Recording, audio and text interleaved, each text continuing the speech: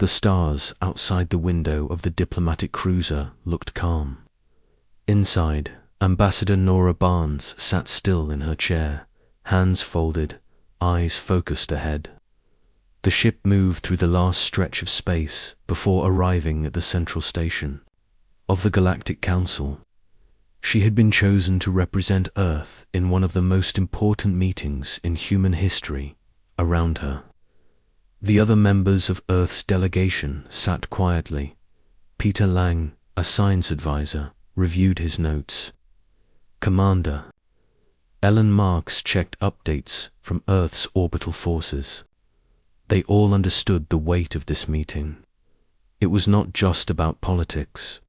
It was about survival. When their cruiser docked, a group of council guards greeted them. Tall, slim beings with dark armor and no facial expressions led them through glowing halls toward the main chamber. The air felt heavy, not from gravity, but from the unspoken pressure that filled the station. The chamber itself was massive. Each species had its own section, its own color, its own scent. The room was full of noise, soft murmurs, and blinking lights. Nora walked calmly to the center platform, reserved for Earth's representative. The council leader, a creature with 6 arms and silver eyes, stood. His voice echoed through the room without moving his mouth. Earth, you have come to the final summit. We welcome your presence and your decision. Nora gave a polite bow. Earth is ready to speak. What followed was a series of requests from the Council. They wanted Earth to reduce its space fleet, allow open inspection of its defense systems, and accept permanent observers on human colonies. In return, the Council promised protection, trade, and limited access to new technology. Nora listened quietly. She took notes. She asked questions. But with each new demand, her face grew more still. She looked at her team. Peter frowned. Ellen shook her head slowly. It was not a deal. It was a command masked as kindness. When the last of the Council's offers were spoken, Nora stood. She looked around the chamber. She saw fear in some eyes, arrogance in others. Earth thanks the Council for this meeting. But we must decline these terms. Gasps filled the room. The Council leader raised his arms. Ambassador Barnes, you reject unity, you choose isolation. Nora kept her voice calm. We choose respect. These terms ask us to give up our freedom in exchange for promises. Earth will not trade its future for safety it can earn on its own. With that, she turned and walked out. Her team followed. The chamber exploded in noise behind them. Back on the cruiser, Ellen spoke first. That went about as bad as it could. It went the only way it could, Nora replied. They never wanted equals. They wanted another servant. As they left the station, Council ships moved to block their path. For a moment, the crew held their breath. But then the ships moved aside. A warning, not an attack. News spread fast. Within hours, headlines across the galaxy read, "Humans reject Council demands and Earth walks away from peace talks." On Earth, people reacted with mixed emotions. Some were afraid. Others were proud. The president gave a speech thanking Nora and her team for standing firm. "We do not fear friendship," he said, "but we will not bow to threats. We remain open to peace, on equal terms." At the same time, in the dark corners of space, whispers. Gruesome species saw Earth as a brave new voice. Others saw it as a dangerous outlier. And some began to plan. Inside the council chamber, members argued. "They will bring war," said one. "Or they will teach us something we forgot," said another. The council leader said nothing. He stared at the empty platform where the humans had stood. In a private room on the cruiser, Nora sat alone. She knew what might come next. She also knew she had done the right thing. "Let them be angry," she whispered. "Better their anger than our silence." The stars outside kept shining, cold, quiet. Watching the news of Earth's refusal spread across the galaxy like fire. On every planet with access to a data stream, screens lit up with the same message. Humans had walked away. They had said no. Some species were confused. Others were angry. But the loudest noise came from fear. Fear of what humans might do next. Inside the Galactic Council's central station, the members argued through the night. Old allies turned against each other. Voices rose. Threats were made. Some wanted to send ships to Earth. Others warned that pressure would only make things worse. In one dark corner of the station, a small group of aliens whispered behind closed doors. These were not diplomats. These were not the ones who spoke. In meetings, these were planners. They did not trust humans. They believed Earth would not stop with just saying no. They believed Earth had a plan. On the far side of the galaxy, deep inside a hidden base, Commander Leo Carter stared at the reports. On his screen, he led Earth's outer defense ring, a system of space stations and patrol ships that watched the edge of human territory. Since the summit, his job had changed. The Council had always been watched with care. Now they were watched with suspicion. He called a meeting with his top officers. The room was quiet, serious. No one smiled. "We have confirmation," Leo said. "Council scout drones are moving near Sector 9. We have not been attacked, but they are testing our lines." Captain Roy Davis, his second in command, crossed his arms. "Should we respond? No. Not yet. But every ship needs to be ready. We show them strength, no fear back on Earth." Nora Barnes sat with leaders in the Central Command Center. The President joined the meeting by screen. She looked tired but focused. "They will test us," Nora said. "Not with peace, with pressure. Maybe even with lies." The President nodded. "We will stand, but we need to prepare. If they want to see who we are, let them see." In secret, Earth activated the Orion Division, a quiet branch of the defense network. The Orion Division worked in shadows. They watched everything. They listened to every signal. Their job was not to fight.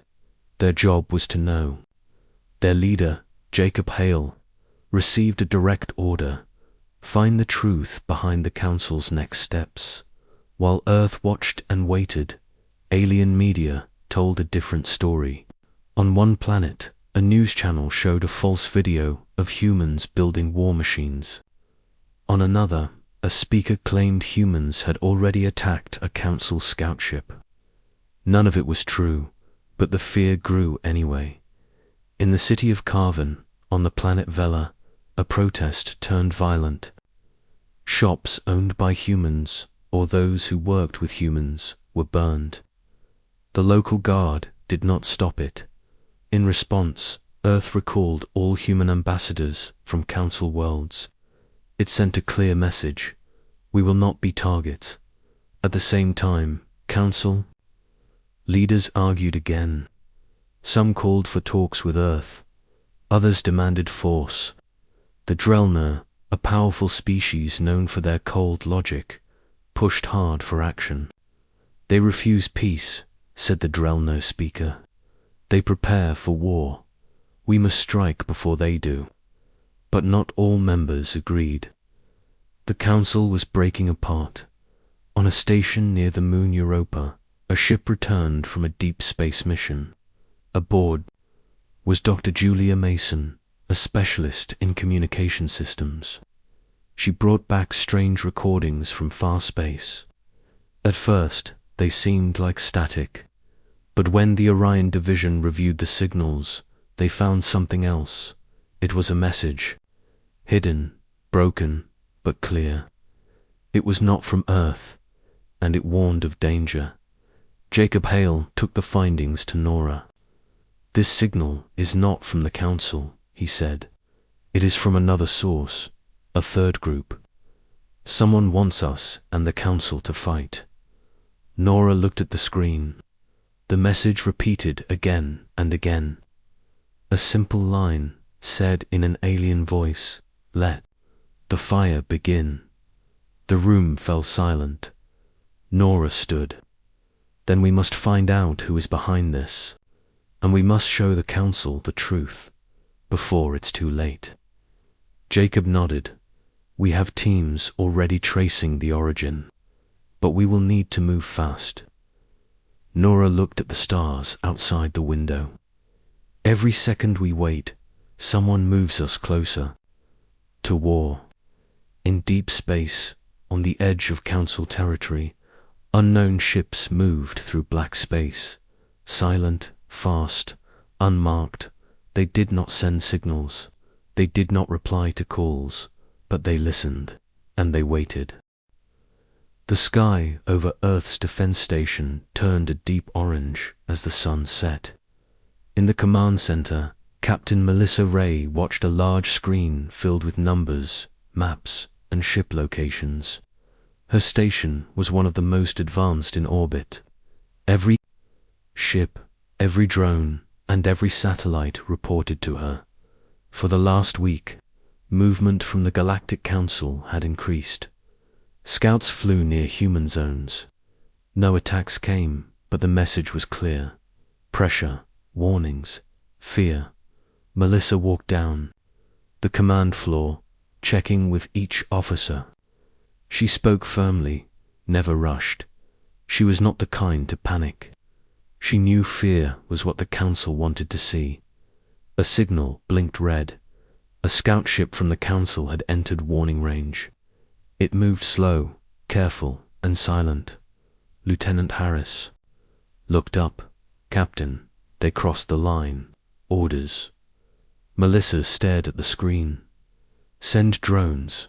Keep weapons cold, but block their path."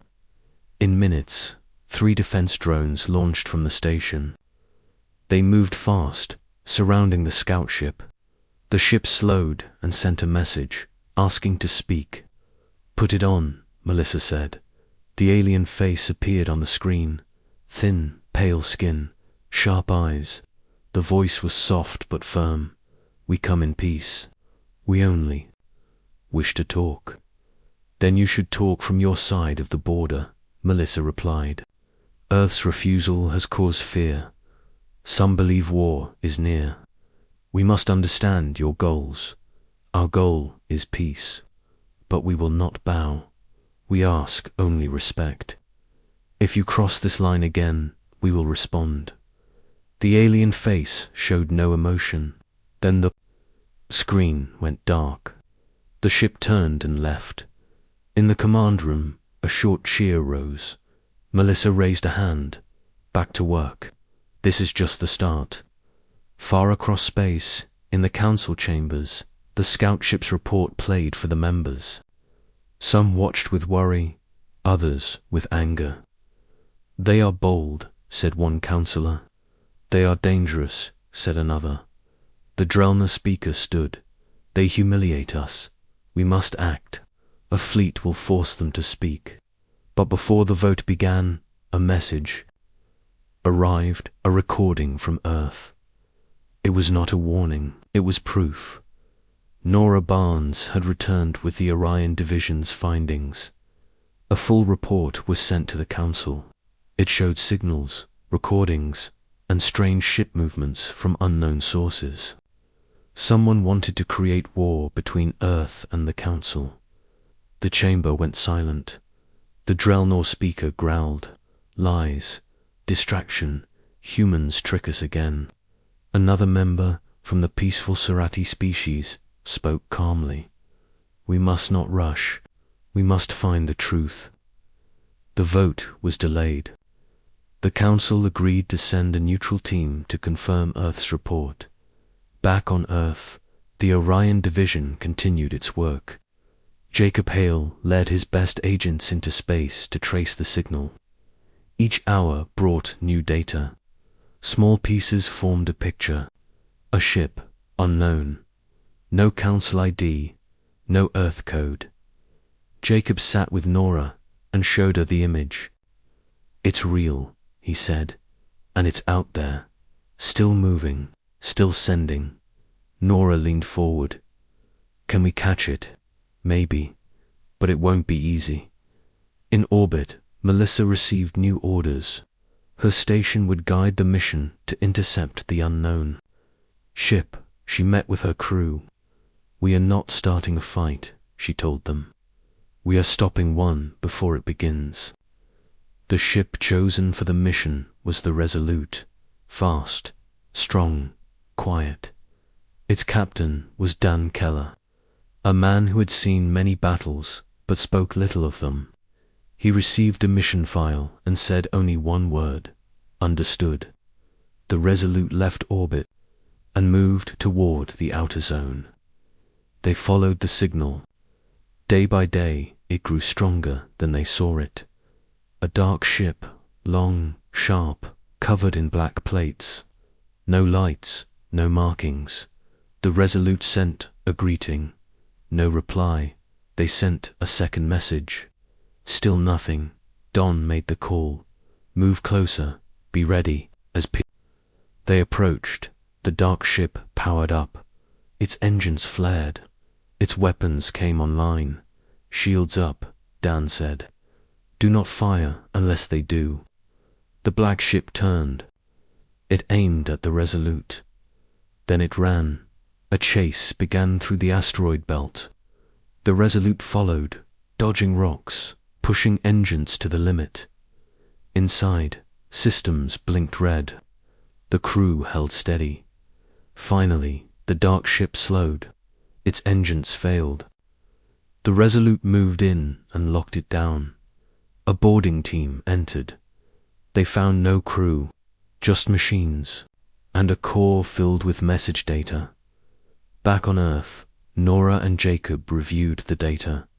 It was clear the ship was built to copy Council tech. It sent fake messages. It created fear. "Who built it?" Nora asked. Jacob pointed to one file, a symbol. "Unknown. We don't know. But they wanted war." Nora nodded. "Then we must make sure they fail." Across the galaxy, the Council met again. The proof was shown. Many believed. Some still doubted. But one thing was clear. Earth was not the enemy. The galaxy watched and waited. Jacob Hale stood on the deck of the Orion Division's command ship, watching the playback of the last intercepted signal.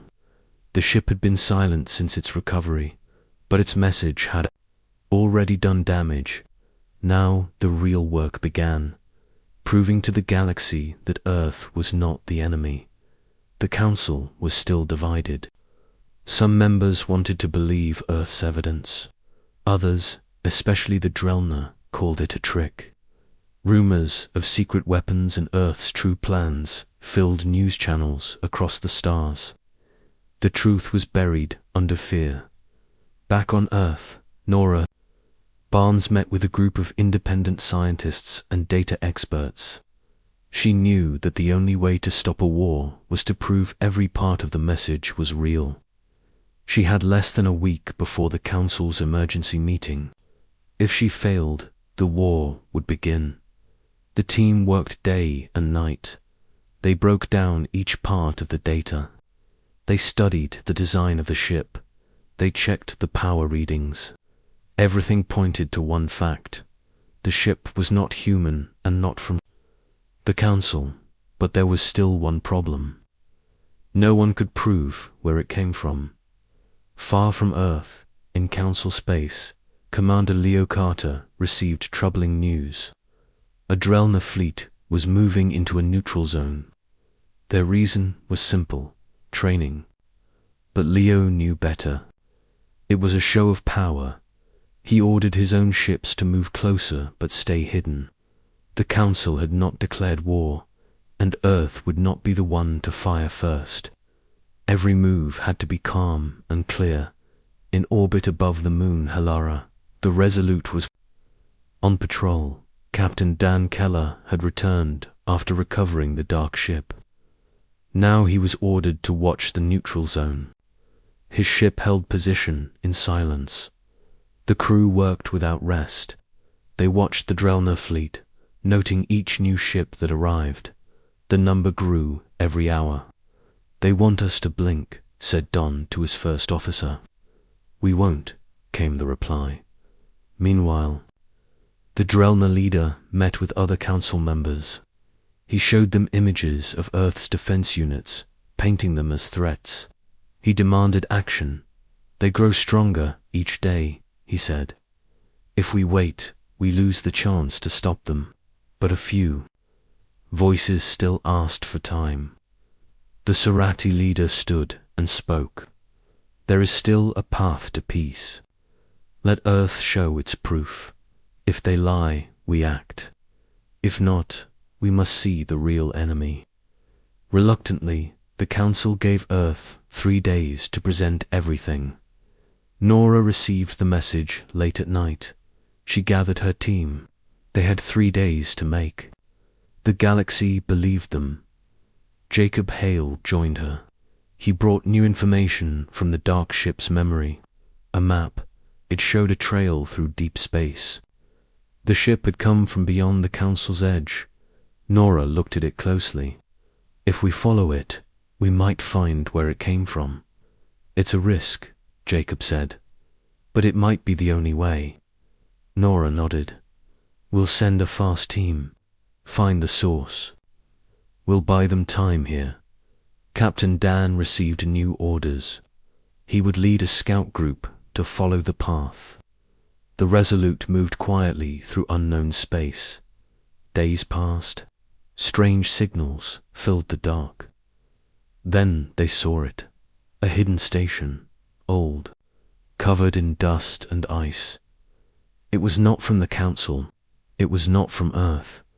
It was something else. Don sent a team inside. They found broken machines, empty rooms, and deep inside, a command core still holding power. They brought it back.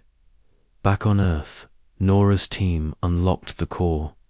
It held a list of targets: Earth, the Council, major colonies. The plan was clear. Someone wanted both sides to destroy each other. Nora stood before the recording equipment. The Council had to see this. She looked into the camera. "We were not your enemy. We were your shield." She showed the images. The ship, the signals, the station, the targets. "We ask not for trust. We ask for truth. Someone in the dark wants to break us. Let us stand together before it's too late." The message was sent. The Council watched in silence.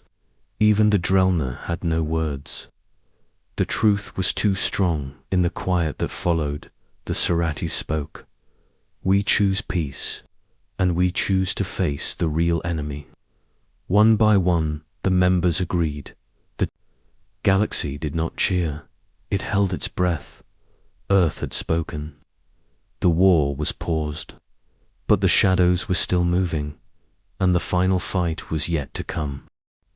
The final warning came without sound. A signal appeared on every Council system. One short message blinked on every screen. No voice, no sender, just 2 words. "It begins." On Earth, Nora Barnes stood in the main control room. Her eyes were fixed on the large screen showing the edge of Council space. Dots of red lit up. Unknown ships, dozens, then hundreds. Jacob Hale entered the room. "They're moving. No more tricks. It's a full strike." Nora nodded. "Then it's time." Messages went out across Earth's defense network. All units were called. All ships were armed. The outer ring, led by Commander Leo Carter, moved into action. Leo stood at the center of his ship, calm and ready. His fleet formed a wall between Earth and the coming storm. Captain Dan Keller and the Resolute returned to the line, fresh from the deep space mission. He knew this battle was different. This was not a show. This was survival. On the Council side, the Surati, the Ulari, and others who believed Earth stepped forward. Their fleets moved beside the humans. For the first time, species who had never fought together stood as one. The Drellner hesitated. Some wanted to stay back, but their own systems came under attack. They saw the truth too late. Their ships turned and joined the defense. Above the gas giant Zephon, the first wave hit. The sky lit up with fire. Alien ships, black and sharp, moved, fast and without fear. They fired at everything. They did not send warnings. They came to destroy. Leo gave the order. Return fire. No retreat. Hold the line. Earth's ships moved in formation. Drones filled the gaps. Lasers and missiles cut through the void. The new enemy did not speak. They only fought in the chaos. Captain Dan led a strike team deep into enemy lines. Their target was a command vessel hidden behind the front. If they could take it down, the others might lose control. Dan's ship took heavy fire. Shields dropped. Systems sparked. But they pushed forward. When they reached the command vessel, Dan and a small team boarded it. Inside, they found machines. No crew, no heart, just cold metal. They set charges and escaped. The ship exploded behind them, sending shockwaves through the enemy line. Back. In Council space, Nora worked with leaders to direct reinforcements. She spoke with calm force. Every ship counts. Every second matters. The battle moved across moons and stations. Cities were evacuated. Outposts were lost. But the line held at one point. Leo's ship was hit. Fire spread through the deck. His crew moved fast to put it out. Leo stayed at his post, shouting orders, holding his ground. "We are not losing this," he said. "Not today." Jacob Hale sent out special teams to intercept enemy signals. One signal was traced to a hidden control base near a dying star. It was the core of the attack. Nora made a bold decision. Send our best. End this. Captain Dan, wounded but alive, volunteered. His ship was damaged, but he took another, a faster one. He led the final mission. The control base was protected by heavy defense. Dan's ship took hits the moment they dropped from warp. He kept going. He reached the base and launched a small pod. Alone, he entered the core. The inside was a maze of wires and machines. He planted a device to overload the system. The base began to shake. Dan smiled once. "This is for Earth." The explosion lit the starfield. The enemy ships stopped. Then they dropped. One by one, they lost power. They fell silent. Across the battlefields, the sky grew still. The enemy was gone. On Earth, cheers broke out. Nora let out a long breath. Jacob sat down at last. Leo leaned back in his chair, eyes wet but proud. The Council sent a message to Earth. "You saved us all. We stand with you." Weeks later, a ceremony was held on Earth. Ships from many worlds flew overhead. Flags from different species waved side by side. Nora stood before the crowd. "We did not ask for war, but we stood for truth. we stood for life, and together we won. Jacob was given the highest honor for his work. Leo was named head of Earth's Joint Defense Command. Dan's name was carved in stone, remembered as the man who gave everything. The council was rebuilt. Rules were changed. No more secrets. More forced deals. Earth took a place on the new council. The stars were quiet again, but Earth watched and waited, ready, because they had learned something.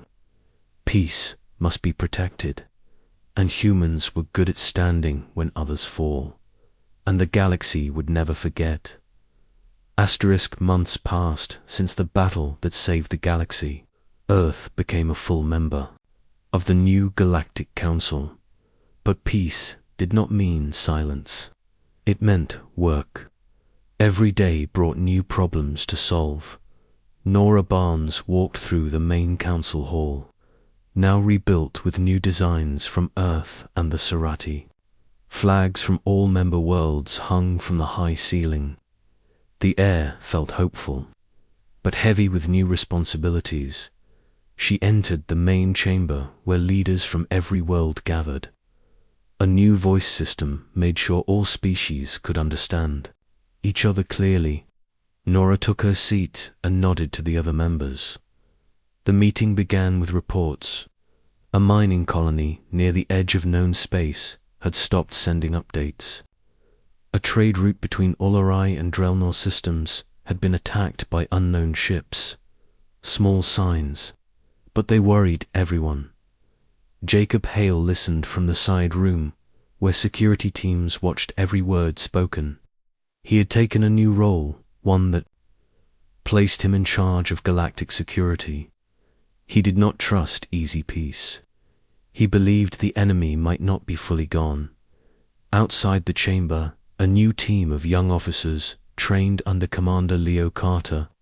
They came from different worlds, but shared one goal: protecting peace. Leo walked among them, correcting errors, teaching with calm strength. You don't fight because you want war, he told them. You fight so others don't have to. In a quiet base, far from any system, a strange signal appeared again. It was soft, broken, and very short, but it matched the pattern of the enemy code seen months ago. The team monitoring it sent a fast report. Jacob read the alert and sent it to Nora. It's back. Nora frowned. Then someone survived, or someone watched and waited. They gathered a small group of trusted officers. Leo, now back on Earth for training, joined them. Julia Mason, the communication expert, returned to decode the signal. The message is short, she said, but it's clear. A location, a time, and a word: prepare. Is it a trap? Leo asked. Maybe, Jacob replied, but we can't ignore it. Nora agreed. We'll send a small ship, silent, fast, just to see. A new vessel, the Arrow, was launched. It was small and made for stealth. On board were 4 people: Captain Renee Scott, a calm and sharp leader, pilot Jake Lawson, engineer Myra Yu, and a Drelna scout named Val, all trusted, all trained. The Arrow moved through deep space, past empty stars and quiet rocks. The place marked in the message was far beyond most charts. They arrived at a small moon with a broken surface. It looked empty, dead, but sensors showed a hidden door under the dust. They landed and entered carefully. Inside, they found a base, empty, old, but not dead. Myra found machines, still working, powered by hidden cells. Vel found strange markings on the wall, not from any known species. Jake found a control panel with fresh data. Someone was here, Renee said. Recently, they copied the data and left quickly. They did not want to be found. Back on Earth, the Data was studied. It showed maps, targets, and signals sent to other hidden places. The war was not over. It had only paused. Nora stood before the council again. "We stopped one attack," she said, "but another may come. We must prepare. We must stand together." Some members agreed. Others were tired. They wanted to rest, not fight. The Drelnor speaker stood. "We made a mistake before. We will not repeat it. We will join Earth in this search." Leo began work on a new plan. Small teams from many worlds would search the deep zones of space. Jacob formed a special group to track enemy codes. Renee and her crew were sent on more missions. Julia built a system to watch every known signal in the galaxy. Peace now had eyes, and ears, and hands ready to act. The enemy had tried to break them, but instead, the galaxy had grown stronger. Still, Nora knew more would come. She looked out a window at the stars and spoke softly to herself. Let them try again. This time, we are ready. And far away, beyond all maps, a dark figure watched a screen. It blinked, then turned away, waiting.